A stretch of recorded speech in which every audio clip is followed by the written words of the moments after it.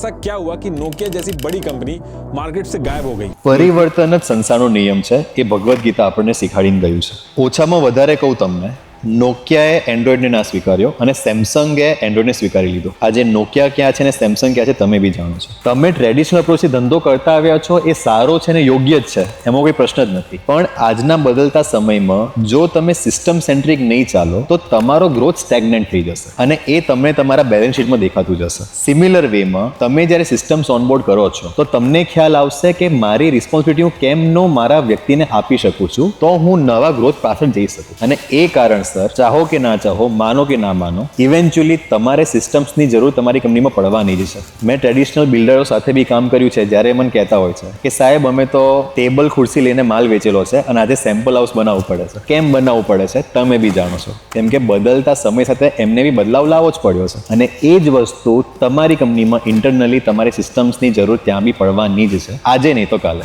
Choice તમારી છે. શું તમે આજે કરવા ઈચ્છો છો, કાલે કે ફ્યુચરમાં, પણ લાવવી તો પડશે.